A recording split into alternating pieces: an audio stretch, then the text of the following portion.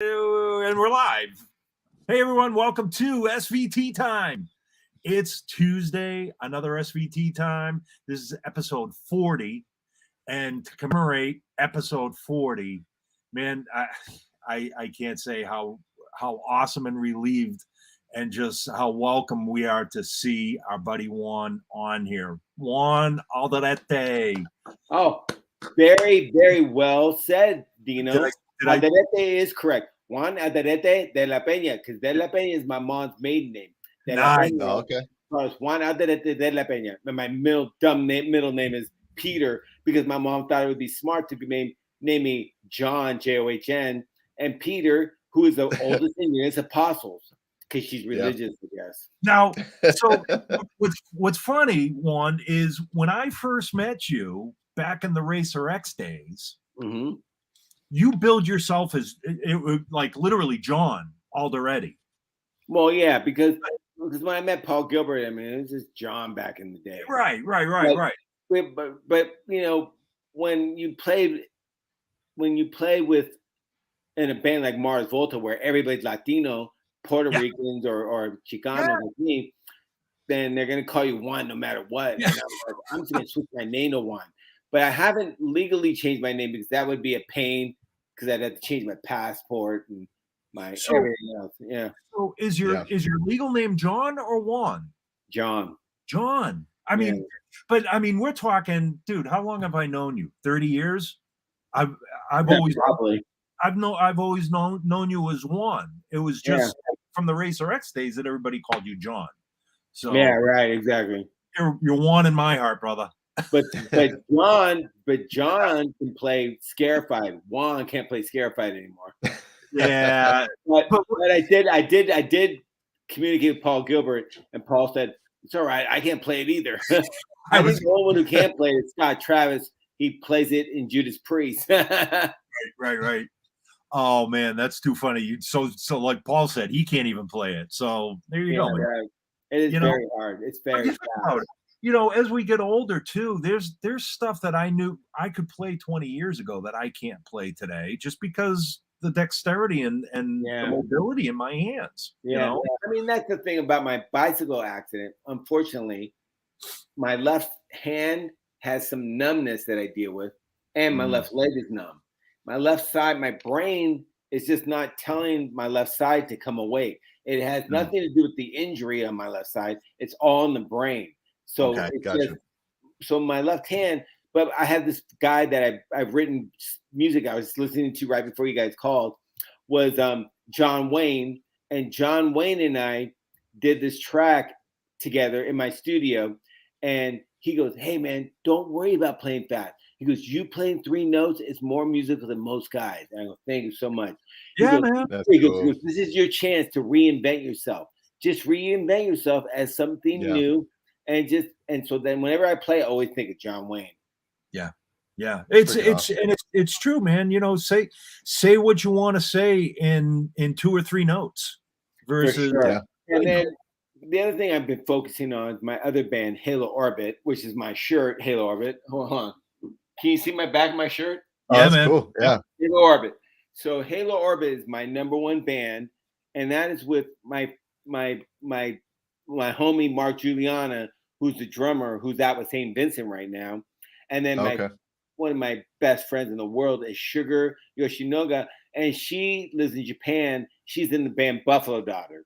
And she's the whole reason why I found her, is because I was so into the Beastie Boys and Check Your Head, the Grand Royal label. And Grand Royal put out Buffalo Daughter. And that's why I got to get a hold of find it. And then guess what? She happens to know my wife, who is Japanese, and I met my wife in Japan. Oh, no kidding. That's awesome. I was this guy that I was playing with at the time named Stevie Salas. He goes, I'm gonna go to Fuji Rock in Japan and play the show. And I said, okay, cool. Who's our translator? My wife. And so then she goes, oh, I'm thinking about moving back to LA. And I was thinking, really? My parents live in Temple City, which is very close to my mom. Yeah, I'm gonna go there. And then after the first day I met her, I was like going, I gotta figure out how I'm gonna marry her. She's everything to me. My wife is everything to me. She's the reason why I'm still alive right now. Really. Yeah, it's incredible. I mean, that's awesome. I've known your wife too, and she's an absolute sweetheart. Now, so she was born in L.A. but was living in Japan. No, she was born in Japan, but she came back. She and her twin sister were both born in Japan, and then they came to the States because their parents were thinking, well, it would be cool if they also learned English. And her dad was, for job reasons. And so they moved back here. And then when she was in college, she decided to move back to Japan. After she went to Loyola Marymount, she went, I'm going to go back to Japan. She did. She got the language back because it was in her head. And then she worked for Tower Records in Japan, which is huge there in Japan, Tower Records, even though I don't know, people don't buy CDs anymore, but they must still sell vinyl there. I haven't been to Japan in a while. Yeah, same here. Yeah. Dino, awesome. Looks like Haji threw up the Halo Orbit. Yeah. I don't know if you can. Yeah, let me. There it is, right there. So for everybody that wants to check out Halo Orbit, cool. Please. Yeah, it is my heart and soul. If anybody is interested in anything I do, please be interested in Halo Orbit because that is what I'm putting all my heart and efforts into. That's sure. That's your gig now. Yeah, right. For sure. Well, it's what I love the most. I mean, I love that, and I love playing with John Wayne, and hopefully me and him will do some more recording together.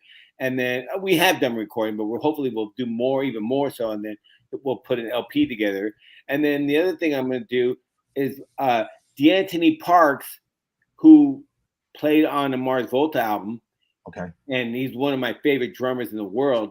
He and I have been texting recently, and D'Anthony sent me some stuff, and he goes, I would love for you to perform in this. I'm all, let's just cut it at my 5-star Sound Labs. That'd be great. Yeah. So hopefully we will. And that'll be my closest thing I get to Mars Volta. Because he played in it and I played in it. Yeah. That's cool. That's cool. I want to go back to your beginnings, first one. And then we'll come to where we are today. And obviously we want to talk about your recovery and you went to MI. Yeah. Back then MI was a year program, right? The a year or 18 months. I don't know. Yeah. And that's where you met Paul Gilbert. Yeah. To join Racer X, right? Yeah, exactly. Okay. And I went with him to go see Scott Travis play in a band called Hawk, and they were playing the country club. He goes, let's go see this drummer because I heard this drummer is great on double bass drum. And we heard him, and Paul was like, I want to get him in the band. And then next thing you know, we convinced him to join Racer X. No kidding. Now, were you playing like a lot of that really fast finger stuff back then, or did you have? Okay, no, I was. Yeah, I mean, dude, that stuff is just insane. You didn't play. I think my biggest influences back in the day were Entwistle. Of course, play fast, and he's the reason why I started at the day. I used to play round wound, roto sound, round wound, heavy gauge strings because that's what John Entwistle played. He would, I remember reading an interview. What strings do you play? Entwistle, and he goes, "Oh, roto sound, round wound, heavy gauge strings." And then guess who else played roto sound? Jocko. Yeah. I can't believe Entwistle got the speed that he got through the heavier gauge. Yeah, right. He's strong hands, man. And God, imagine him on smaller gauge strings. Oh shit. Right. Yeah. Well, they said, I forget who I was talking to that played one of John's basses. And they said his action, the strings were so heavy, but his action was so low that unless you were John Entwistle and you played it like John, it was almost unplayable. Right. Action was so low on the neck. Yeah. But that's everybody sets up their basses differently, So well, luckily, I mean, I'm so fortunate that I have Future Music, which is down the street from me, walking distance, and Jack Watterson is the owner of Future Music, and he is the whole reason, like, he sets up all my instruments. He also got me in, like, I've been on Pedals and Effects and where I talk about Jack. I go, Jack says to buy it, I buy it. Because Jack says, hey, this metal grunge pedal. He goes, even though it says metal grunge, you don't have to play metal. Just flip it. And I did. And it's a flipped out pedal. But also, a lot of the pedals behind me, I probably bought at Future Music. Really? Yeah. Yeah, and probably because Jack recommended. The only one that I found on my own was the Gaia Tone envelope filter that I'm a big fan of. And it's still like big old Maestros. They were so big. Yeah. The Gaia Tone's nice and small, easy to fly with, and it's funky, super funky. Gaia Tone, huh? Okay. Hopefully, Earthquaker Devices is possibly considering making an envelope filter that's similar to it, that will be funkier and probably have more low end, because it doesn't have a lot of low end. Okay. So once Jamie Stillman decides to put his head to it, it'll come out perfect. And everybody will hear from me going, this is the envelope filter you need to get. Yeah. For sure. Yeah. That's probably the biggest. I was just gonna say that's the biggest thing in any bass pedal, no matter what effect it is like just not losing that low end when you kick it in. Can't lose the low end, and then like all the fuzzes that I play always have like pretty heavy low end. Like, you know, I'm known to play the Sovtek because it looked military Russian. I don't remember where I bought it, but it's an old school big pedal, like this big. And it looks super heavy. It looks like a tank. And I bought it because it looked awesome, but it actually sounded awesome. So I used it in all the Distortion Felix stuff that I did. And it's got me the distorted sound. But now, may I show you one thing? Yeah. Dino, you said episode 40. I can't believe this is episode 40. I know, right? I can't believe we've done 40 episodes. That's blowing my mind right now. I can't believe they've allowed us to do 40 episodes. Oh, that looks awesome. I know. That is cool. Well, this one is a good fuzz too. But that's awesome. But I'm gonna give it to my homie Del the Funky Homo Sapien, who I play in Deltron 3030 with, who's also in Hieroglyphics. And because he's such a skater, I was like, then this is your pedal. Because it's like, a little skateboard. You're such a skate guy. That's cool. So cool. Yeah, it does sound pretty awesome though. Yeah. That is cool, man. It's like for years, Juan, it's like if I ever had a question on pedals and it's like, just call Juan and he'll set you straight. I mean, at my studio, I probably have like between 500 and 1,000. Oh, I wouldn't doubt it. I wouldn't doubt. Well, with pedals and effects too. I mean, your channel, like, it was screaming there for the longest time too. You guys had great reviews on pedals and great playing. Well, not so much about reviews. It's about like, this is something that they sent us that sounds pretty dope. Yeah. We didn't ever show any dogs that I can remember, but I'd have to go through and see if we ever did any dogs. But there was never a pedal where like, this pedal sucks. Don't get that. We never did that. Yeah, no. But it was always, for lack of a better term, it wasn't really a review. It was just kind of like, you would showcase stuff. Right. This is something that's dope. I mean, this company sent us it. This company, Dwarfcraft, sent us this pedal, and hopefully you dig it. Yeah. What was the was it the meat box pedal? Yeah. Oh, the real meat box, which is I used to use, and I was just watching this video that I did on it, but I use that pedal because it was all about getting 808 to make it sound like subby, like 808 stuff. And that was the only pedal I could figure out to do. I mean, a lot of guys use the OC2, but OC2 don't get the low on the meat box. Yeah. Are you familiar with the meat box, Tom? No, but I'm writing it down right now because that's a huge thing. If you like hip hop, get that pedal for sure. Yeah. Awesome. Yeah. Thank you. Yeah. That's the way that you'll, if a DJ goes at you and goes, oh yeah, well check out this 808, then you can go, oh yeah, well check out this low end E with the 808 on, with the meat box. Oh, that's awesome. You'll hit the PA in the same way. Yeah. Nice. Sub it out. And you never blew a speaker with it either. I think you blew one. Non-Ampeg, go away. You can't blow up Ampegs. I've never blown an Ampeg in my life. I've never even blown a speaker up. But no, I can honestly say I've never. I'm trying to think of all the touring that I've done. I've never blown a head unless I had like too small a rig, but Right. it didn't blow it up. I just was like, oh, it's too distorted, you know? Yeah. Like, you know, some gigs you can't just bring the 810. Some gigs you can only bring the 210. Yep. Yeah, well, you're gonna be loud and distorted then. Yeah, exactly. Yeah. Man, so all right, so from Racer X, because you've played with so many like really influential bands and artists. Where'd you go from Racer X to? Did you go to?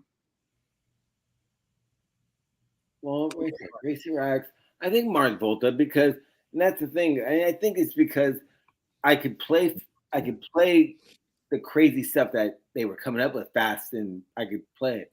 Right. But I would say that probably Mars Volta, and then after Mars Volta, I think it was pretty much Deltron 3030. Okay. Because I was so into hip hop, and I was like, I got to do this. I'm so tired of guitar playing. I want to get into something that doesn't have guitar, and or very little guitar. And Deltron, even though we had Taka Nozawa who played guitar in Deltron 3030, and I love because he's very minimalistic but musical as hell. But it was just very standoffish, you know. It wasn't all guitar leads, blues licks, you know. Yeah. Wow. And then, of course, you know, I got to ask you, Marilyn Manson. That was well. The way I got into that band is because I used to be in a band called Pat with Lisa Papano, who I did Big Sur with.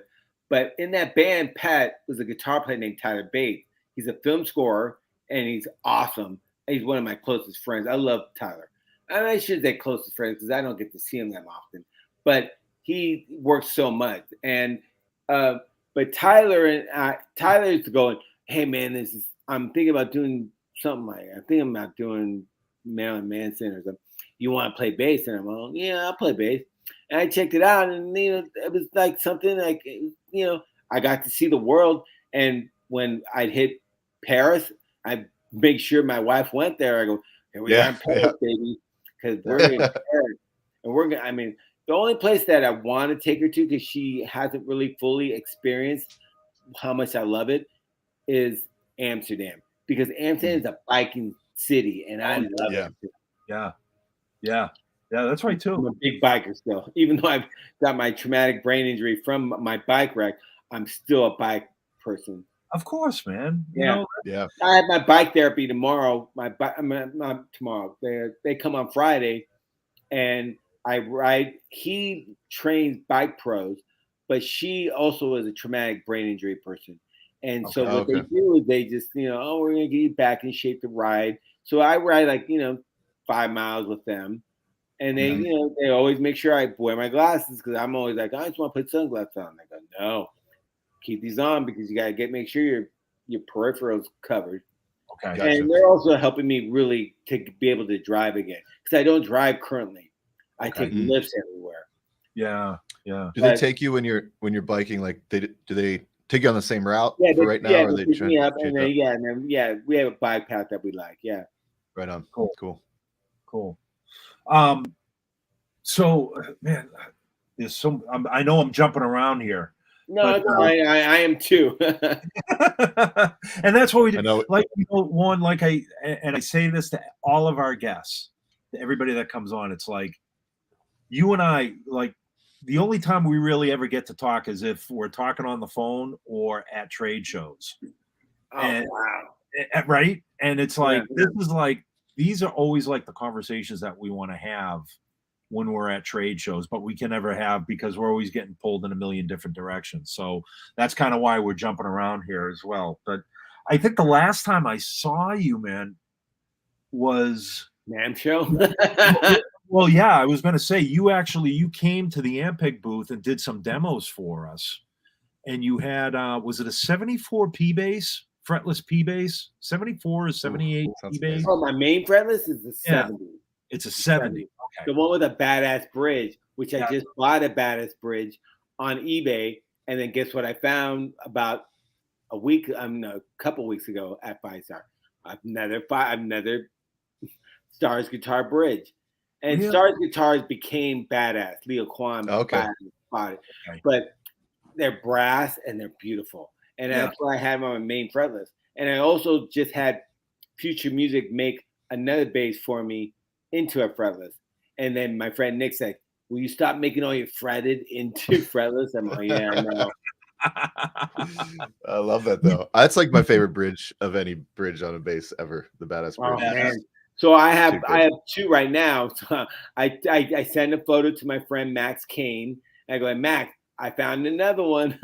He goes, yeah, but we're gonna stick the one that we have here at the shop on. So they're sticking some other one, and they're charging me a ton of money to put on just a bridge. But I want those bridges are so expensive now. Yeah. Yeah, but I mean, but the Stars guitar one, when I get it back, I'm gonna take that bass to Future Music, and they go, Jack, please put this bridge on. Get this thing off whatever they have on there. Yeah. Do you consider yourself mostly a fretless player at this point, or recently, or? Yeah, I'd say so. I say whenever I play the fretted, I gotta have flat wounds so I can get James Jamerson sound. Okay. Oh, hold on. Nice. Oh, hold on. Hey, oh look, it's bookmarked to who? Oh man, I can't wait. James Jamerson, who influences me to play flat wound bass and play funky. That's the only time I play fretted is I play flat wound. If I play fretted with round wound, then I gotta have a pick. Because then I'm playing with cards or something like that. Yeah. Do you typically throw flat wounds or round wounds on your fretless? Fretlesses rather. I guess rounds because Jocko did. I'm waiting to get some Rotosound round wounds. Hopefully GHS will. I mean not GHS. Rotosound will send me some strings, but you're helping me. I'm the same way. I pretty much only like round wounds on fretless, and a lot of people are so anti that, but I just it sings so much better. My acoustic has flat wounds on it, but my electrics have fretted. Yeah, I mean I have round wounds. Yeah. Yeah, I've got rounds on my fretless here. I always had flats on it for years, and then I recently just put rounds on it. Jocko, I go through seasons. Yeah. Jocko use rounds, and you all got to use rounds. That's how it works. That's right. Jocko did, just do what Jocko did. That's how it works. And so he solved a lot of me guessing. I'm on. What did he do? Oh, that's what Jocko did. Then that's what I'm gonna do. Yeah. Oh, that's what I'm gonna do. That's hey awesome. Dino, if you don't mind throwing up, there was a couple comments about the 50th anniversary SVT. Somebody said CT Vector said they debuted their new Heritage 50th at a show this past weekend. We saw Todd Michael Bowers also had one in his back line. So we're starting to see these now out in the world on shows and either backline or somebody's personal head, which is awesome to hear, by the way. We're so excited about that. And then there was another comment about somebody, I think, assuming because it's the Heritage 50th anniversary, that we would be replacing that. And I just wanted to quickly address, don't be fooled by the name. It was essentially, it was a celebration of the original 1969 SVT. And, we consider the Heritage 50th anniversary SVT to be like the SVT now, between, being able to jump the 1969 channel, the 1975 channel. Holler at me. Yeah, man. There's no plans on not making that. Let's put it this way. There are murmurs of tube shortages in the world, much due to, there's only so many tube suppliers in the world right now. One of the main suppliers being Russia and the whole Russia-Ukraine thing. So we haven't seen any of that affect us yet, but in terms of if it's affecting us, it's not just affecting us, it'd be affecting everyone. But I just kind of wanted to address that to see if anybody was worried about us not making those. There's no plans to not make those, basically, or to only make a limited amount of those. So keep on 50 anniversary. I want to let you guys know that I was texting with my friend Case Tanner, and he's the guy that gave me the flip top. And I go, hey man, when I was on that Deltron tour, I go, what rig was I using? because I wasn't using that flip top to sell that flip top. He goes, no, you were just traveling in that flip top and you were going to sell it to me. So you brought it on tour. He goes, but Ampeg hooked you up every show. Every show we did, Ampeg just covered me. Yeah, of course. There's Ampeg rig. That's what we do, That's man. awesome. You know, Yeah. I love That's what we Ampeg. do. I'd be half the musician without Ampeg. I really would. You know, and you know, and I just did a gig this past weekend. It was backline. They stuck me with a polytone. No, just kidding. Well, the only other bass rig that I ever purchased was an acoustic 360. Why? I had three of them. And why? Because Jocko had them. So I bought them on Craigslist. And I sold them. You know, I ended up selling them because I was going, I just can't use these. They just don't get loud enough. Yeah. Was that the whole rig too? The like the 18 voltage? Yeah, 18 voltage is just not going to sound like an 810. Yeah, right. I did. You know, I gotta say, knowing Jocko's sound and the way he played, and knowing what an acoustic 360 sounds like, you would think, like, how did he get that sound out of an acoustic 360, out of a folded 18? Granted, I mean, it's so punchy, but you know, it's almost like he had an amplifier that was working against what he was trying to do. Yeah. Just knowing what a 360 is supposed to sound like. Probably just use house DI, where I use my Ampeg DI. Yeah, yeah. Like, oh, do you have the SVT? Yeah, with the DI, and the DI has a tube in it. Yep. Those are gorgeous. Yeah, wait, I'm gonna find one. So Warren, you've always been an SVT guy. Every time I've seen you, 2 SVTs, 2 A10 cabs, or at least 1 SVT and 1 A10 cab. Yeah. And then I remember you called me for the Manson gig and said, I need something different. And we talked about 4 Pros, and you ended up going out with some 4 Pros. What do you think you like better, the 4 Pro or an all-tube SVT? All-tube SVT. Yeah. Okay. Yep. Yep. Because I remember the 4 Pro. For one thing, the 4 Pro, because of the portability, you could just stick them all in a rack. Yeah, right. You know, rack them up. Yeah. Yeah. But you still with the SVT, man. Yeah, because I don't have to deal with a rack, and a crew guy probably would prefer that. But also the crew guys also hated my bike traveling. That's why I bought a Brompton bike, which is the British Bromptons, which are the Mercedes-Benz of Boulder bikes, and I buy them. But the crew guys would just throw those things around in the truck, and I go, I can't afford a $2,000 bike. So I bought a Day Home, which is a $350 Boulder bike. I bought that. And like a month they throw this, they're throwing a $350 bike. Yeah. Wow.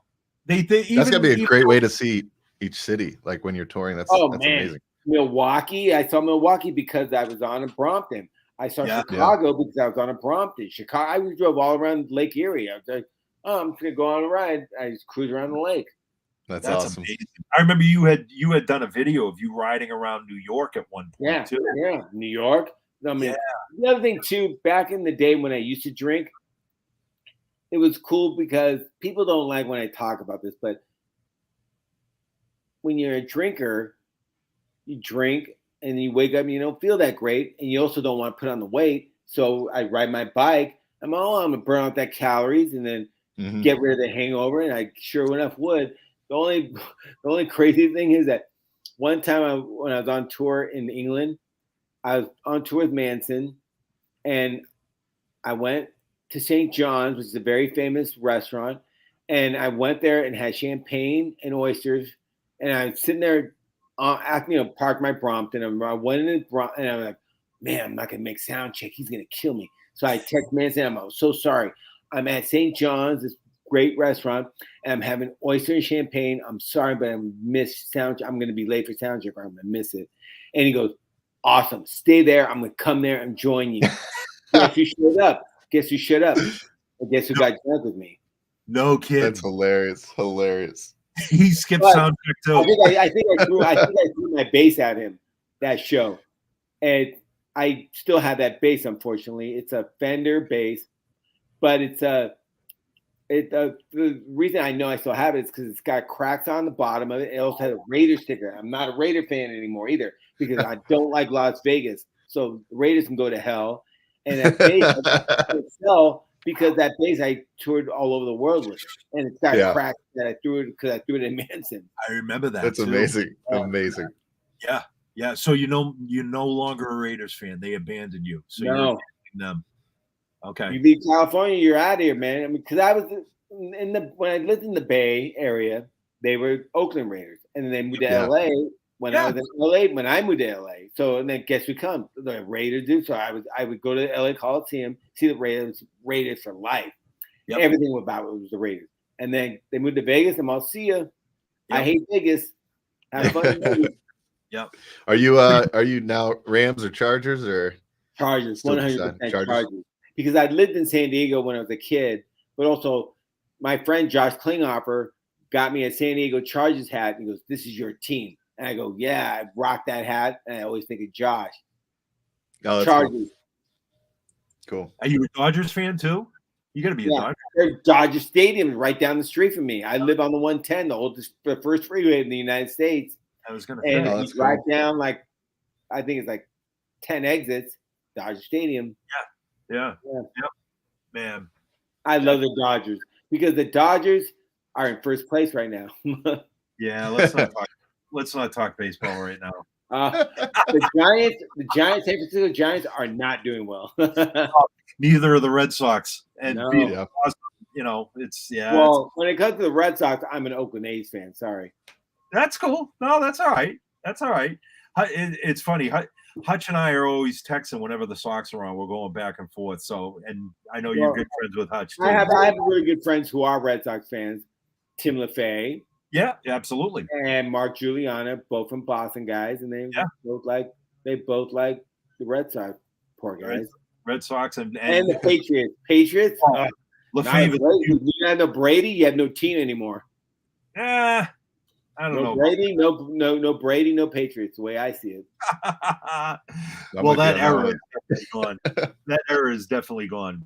Yeah. Well, all the music fans have left our talk because I'm out of here. I'm seeing the numbers starting to drop. Yeah. Let's can we talk about what happened with your injury? Yeah, sure, for sure. So you and again, everybody knows, you're an avid cyclist.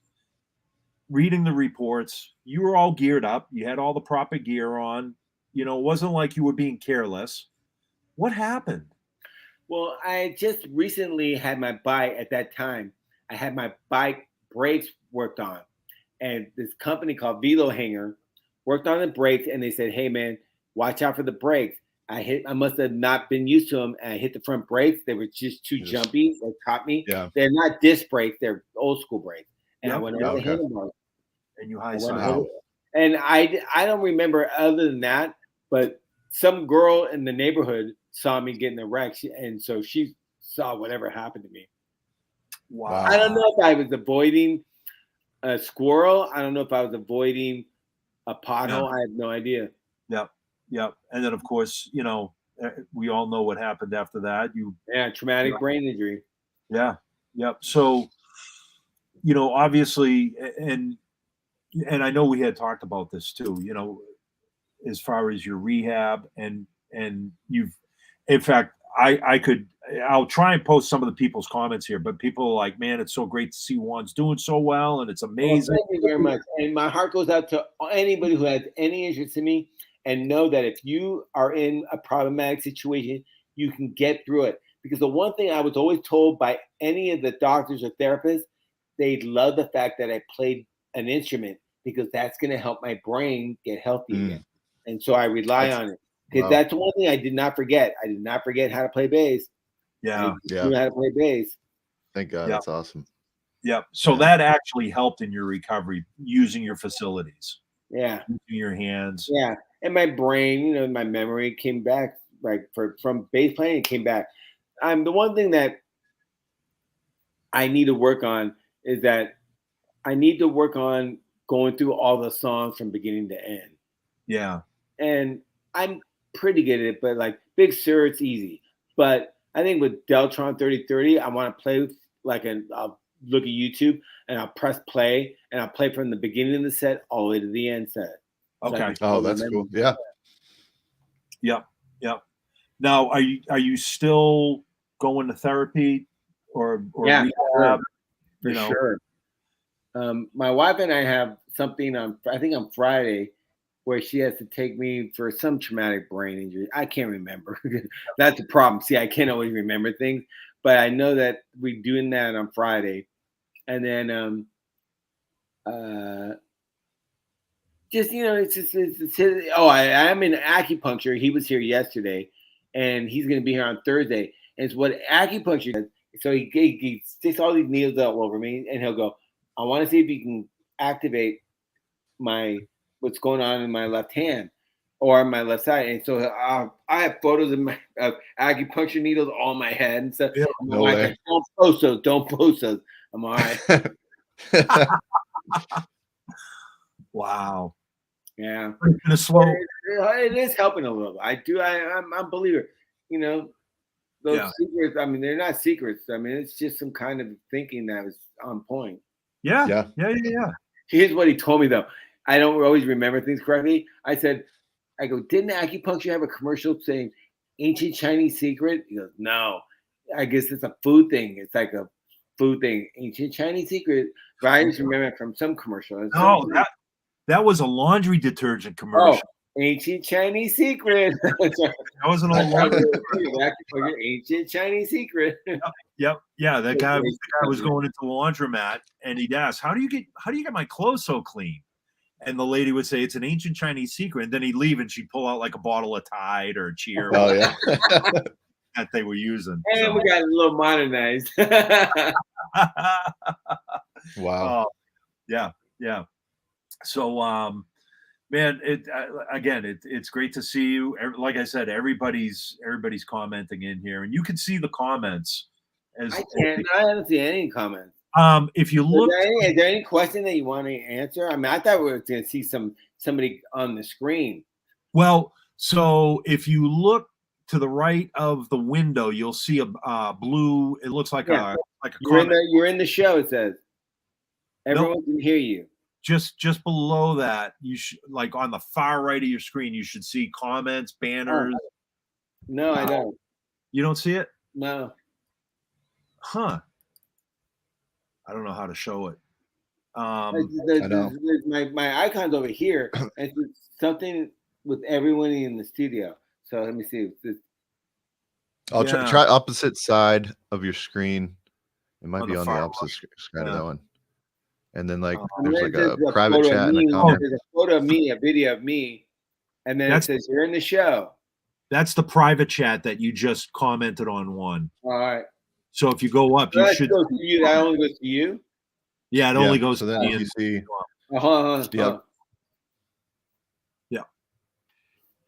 Yep. So then right next to that is the comments thing. I want to type one more thing.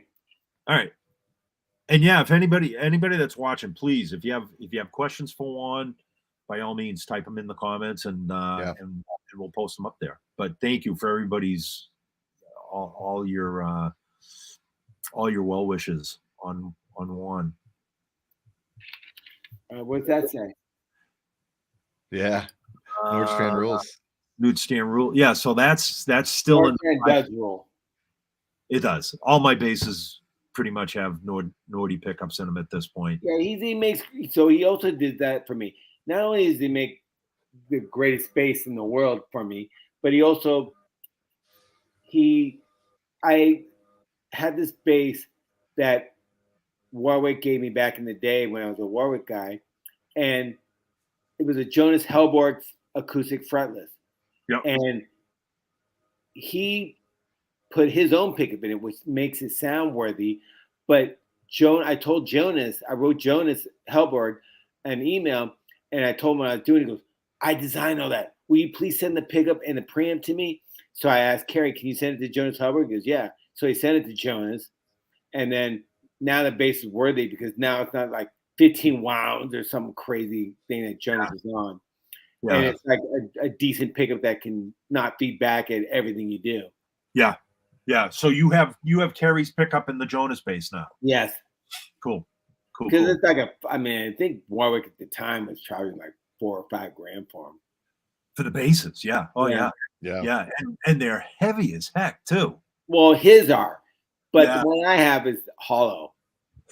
The one he had was solid weight, but the one they had at NAMM shows was the solid weight ones.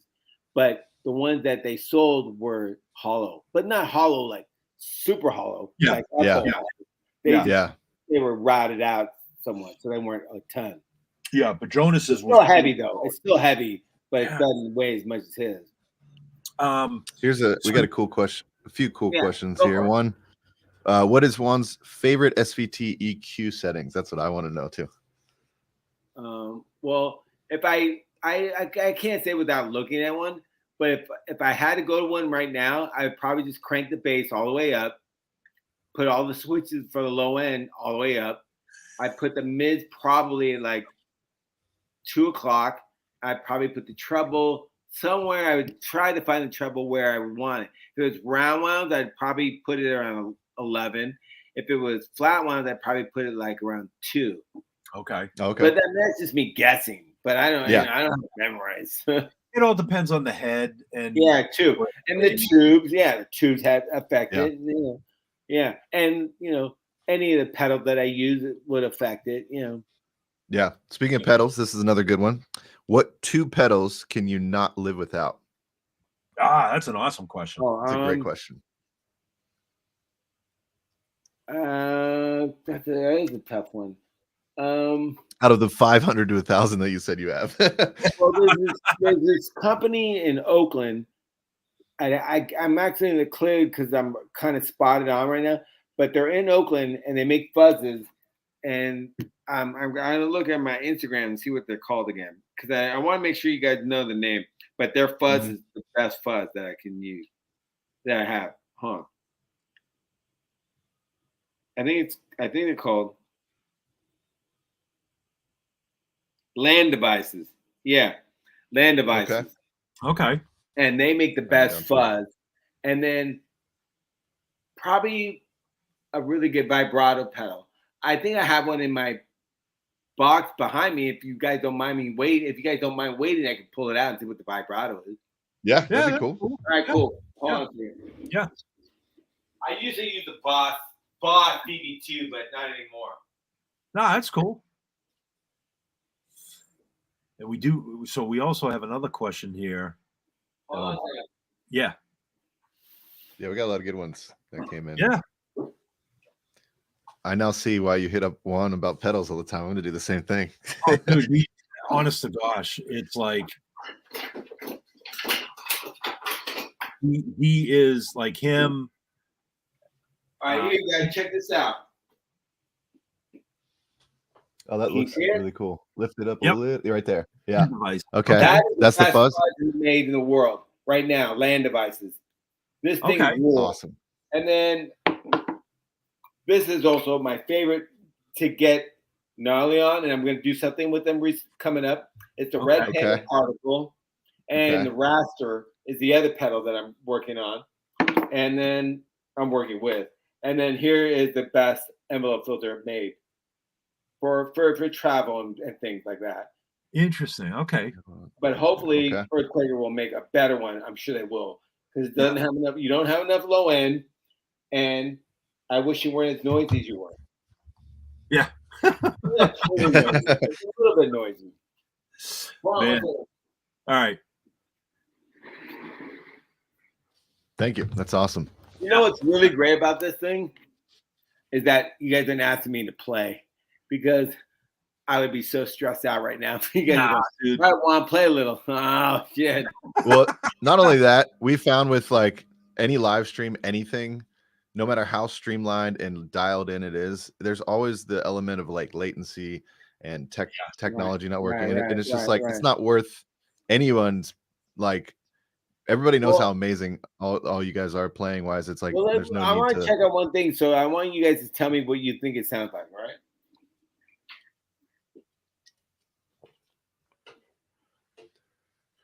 It's not.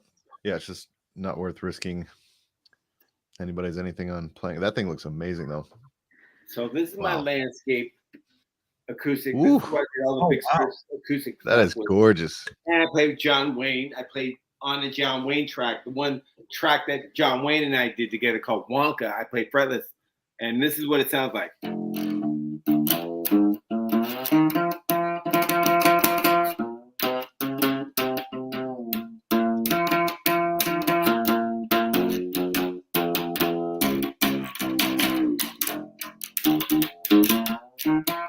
How's it sound? I think it sounds so cool.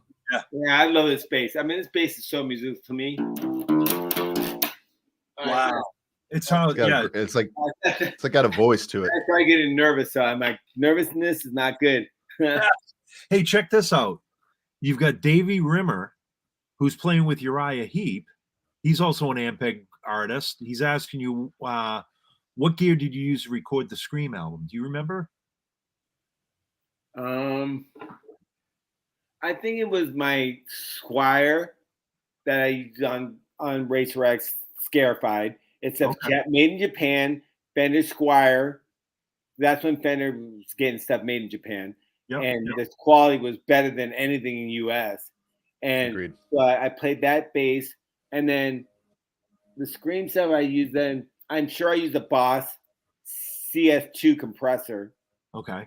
And then Bartolini pickups were in my bass. And then I'm sure it's just the SVT. Yeah. Thanks, Dave. David, great to hear from you too, by the way. In fact, we got to get Davey on an SVT time here as well at some point. Let's see. We also have Arthur asking, will there be any more pedals and effects episodes in the future?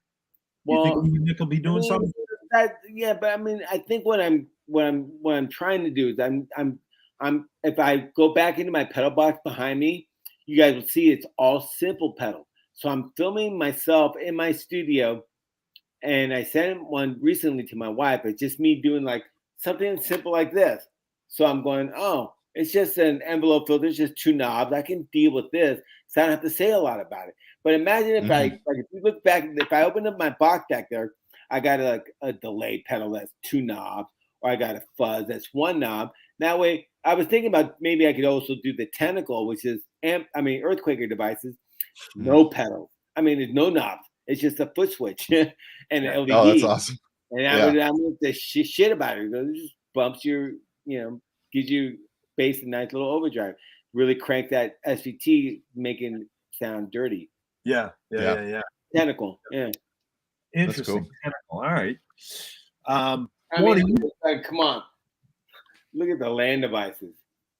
How many knobs? That thing's really rad. How many knobs? 1 knob. 1 knob and 1 switch. Yep. That's I'm trying to get Dom to design or so Dom's anybody that doesn't realize the relationship here, and I'm going to throw Dom completely under the bus here. I'm so nervous right now. You should be. For years, I've been with Ampeg for 19 years now, going on 19 years, and everybody calls me the Ampeg guy, but it's actually Dom that is the product manager. So great. Don't put my email in here, Haji. Don't do it. No, but to your credit, you're also the guy that was the mind behind doing the Heritage 50th, as well as the new Rocket Bass stuff, as well as all the new stuff that I can't talk about here on SVT time. That's going to put everybody away. But the reason why I'm saying this is I've been after Dom to come out with a 1 knob SVT since he started doing this gig with Ampeg. It's like, dude, just build an all tube SVT with a volume knob. That's all we need. Yeah, we can do it. That being said, though, about new product ideas, and this is a great mini segue. We have something called Idea Scale, which you can access from ampeg.com. But I believe, hopefully, Haji, you have like the direct link, and maybe you could share that, and we can post that. But yeah, we Dino and I literally go through Idea Scale weekly, and basically it's a forum where you can upvote, downvote certain ideas. You can add your own ideas. You can just comment on certain product families that we have right now, things that you would like to see improved. There's a gorgeous little micro VR stack. But yeah, so basically thank you, Haji. We go through this literally weekly, pretty much every Monday, and we listen. So let us know, and if 100 of you say we want a one knob SVT pedal or amp or something, we'll probably make it happen. And Dino mentioned a bunch of new stuff we're working on. We have so many new products that we're working on right now, and it's so hard to not be able to talk about them. Well, I it's gotta so hard. I gotta let you guys know the story.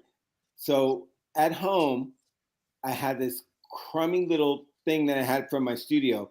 It's a little Ampeg guitar amp, but it's cool to play through because I had like reverb or something like that. I played through that. I also had like auxiliary in, so I could bump, an MP3. I mean, I bumped my iPad through it. But I just showed you this my little Ampeg here. I walked from my studio, which is like a mile away. I put the head in my backpack, and I walked that cabinet down the main street, down from my studio to my house, like a mile walk. I walked with it, and I brought it back here. That's cool. I gotta have Ampeg here. I gotta get low end. That Yamaha thing sucks. Well, it sucks for bass. It might be good for guitar, but I don't play guitar, so. Well, yeah, because that I mean, there's some cool bass effects on it, but it is. I think you're talking about the THR, which is primarily a guitar amp. Yeah. So.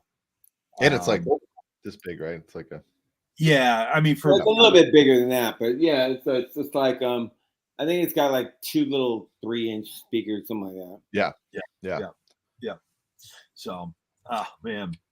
So what else other than bicycling and playing bass and obviously taking care of yourself and staying healthy?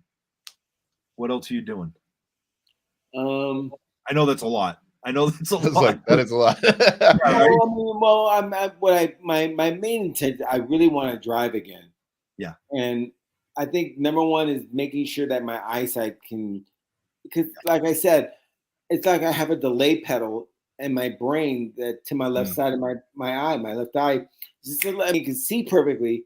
If I close my right eye, I can see out of my left eye, but what it tells my brain just has a delay pedal. So it just tells it at different times. So things are a little out of focus from that. And so traumatic brain injuries are a pain in the ass. But it's like any challenges. Anybody going through stuff, you can get through it.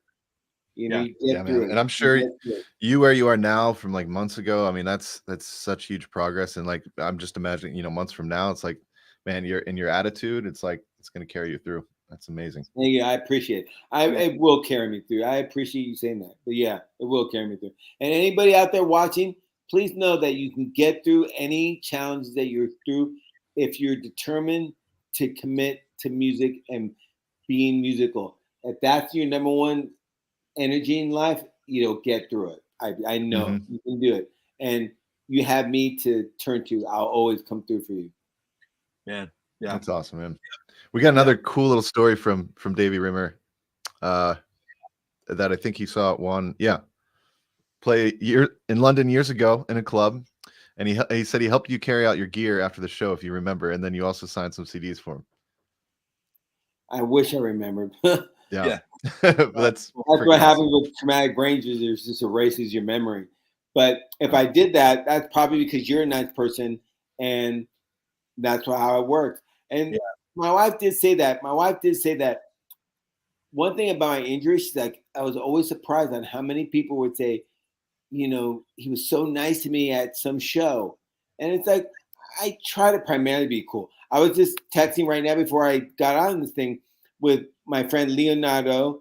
And I mean, I just the guys I met in Italy or wherever. And I was like, yeah, man, shout out to you, man. And they're watching right now. So Italy's watching, cool. Japan's watching, and all my friends there, hello. And my friends in Italy, I will drink Brunello with you again. I don't drink anymore, but I will taste that Brunello. And then Japan, all my friends in Japan, I might have an Asahi.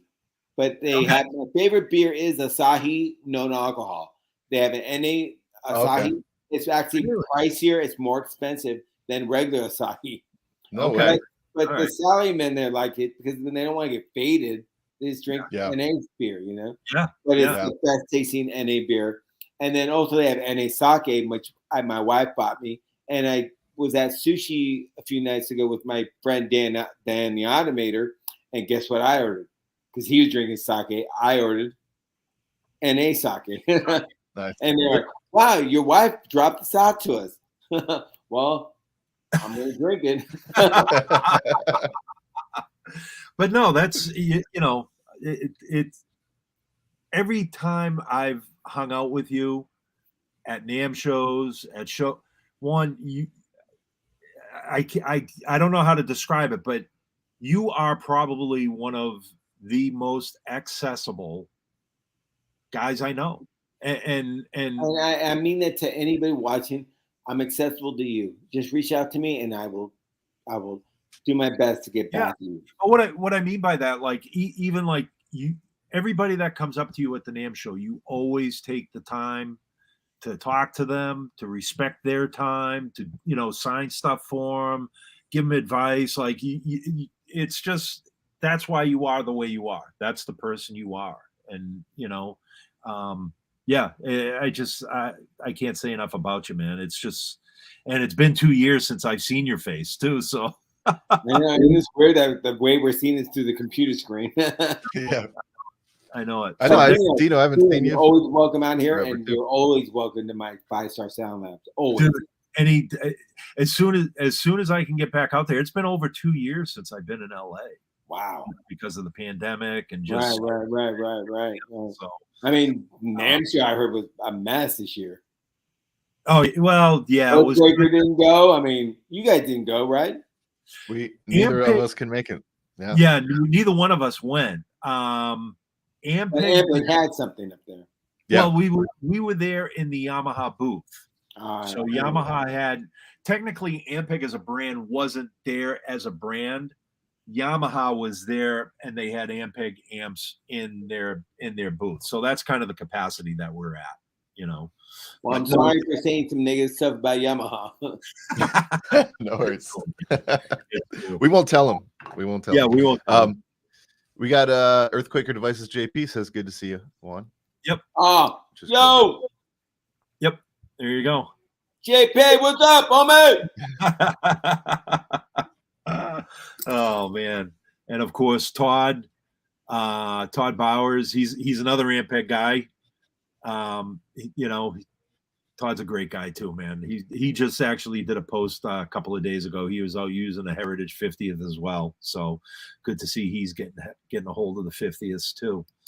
Well, listen, man, we've got probably like a couple more minutes here before we got to call it. But man, is there anything else that I'm missing or anything else you want to share with us? Well, what I want to know is what bass is behind you. I see it behind you, Dino. Which one now? This one or that one? No, that one. Yeah. No. This one? No. the one on the wall. Yeah, This is the exactly. BB. One on the wall. Yeah, it's a BB. It's a Yamaha BB P35. Well, the very first bass that I purchased with my own money, I bought at Bananas at Large in San Rafael, California, and I bought the Yamaha BB 800. Oh wow! I bought that bass because I go, this sounds like Ant Whistle.